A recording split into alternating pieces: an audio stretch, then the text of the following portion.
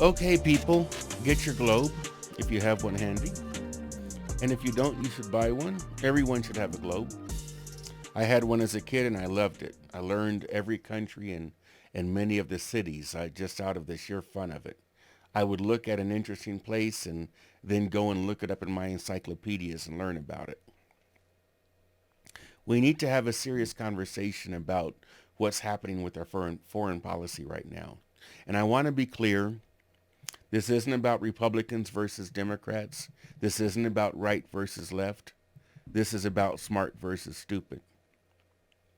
We're watching the diplomatic equivalent of a ship hitting an iceberg in slow motion, and it's damaging the very foundation of American safety.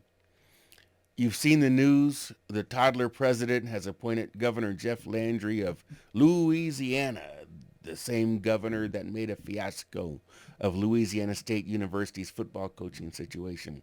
After they fired Brian Kelly, Landry actually said that he would let Trump pick the university's next football coach.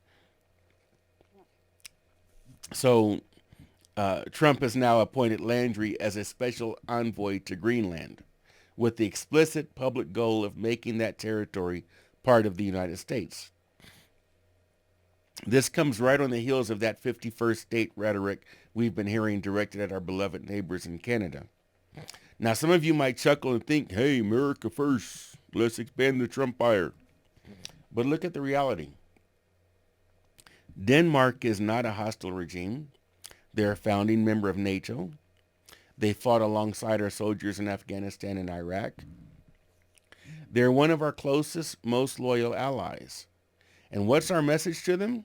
We're treating their sovereign territory like one of Trump's tacky failed casinos, a distressed property we can just foreclose on.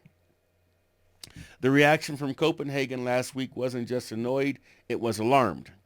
We have the Danish and Greenland prime ministers issuing joint statements reminding us, the United States of America, that national borders are rooted in international law.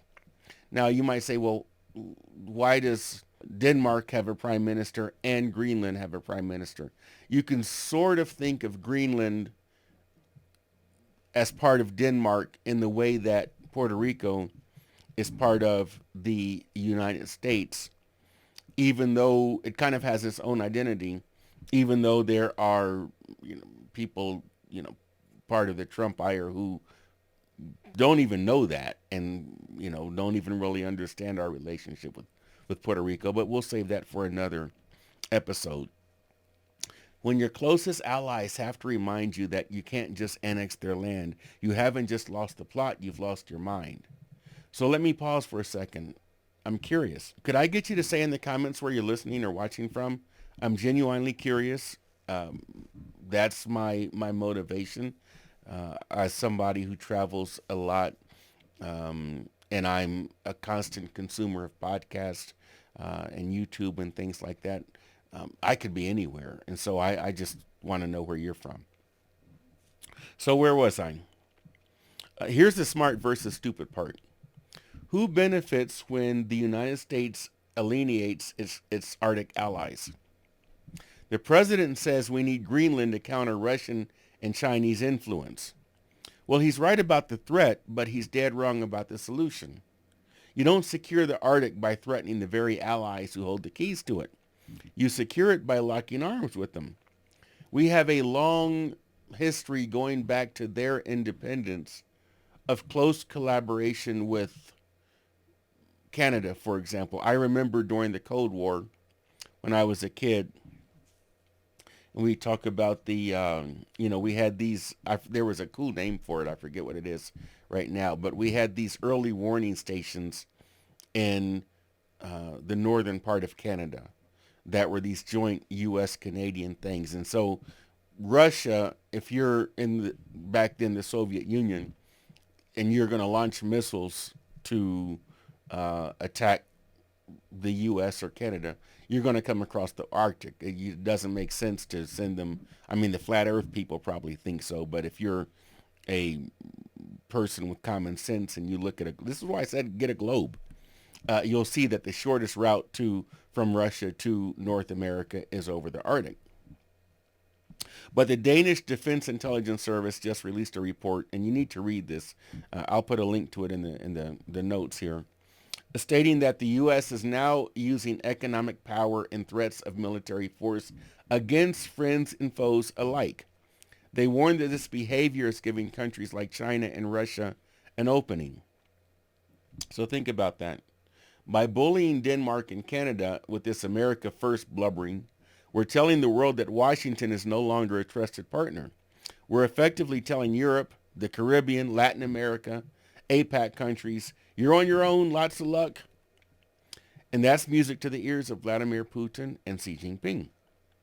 This isn't strength, this is isolation. And if we keep treating our friends like enemies, we're going to wake up one day and find that America First has actually made America last.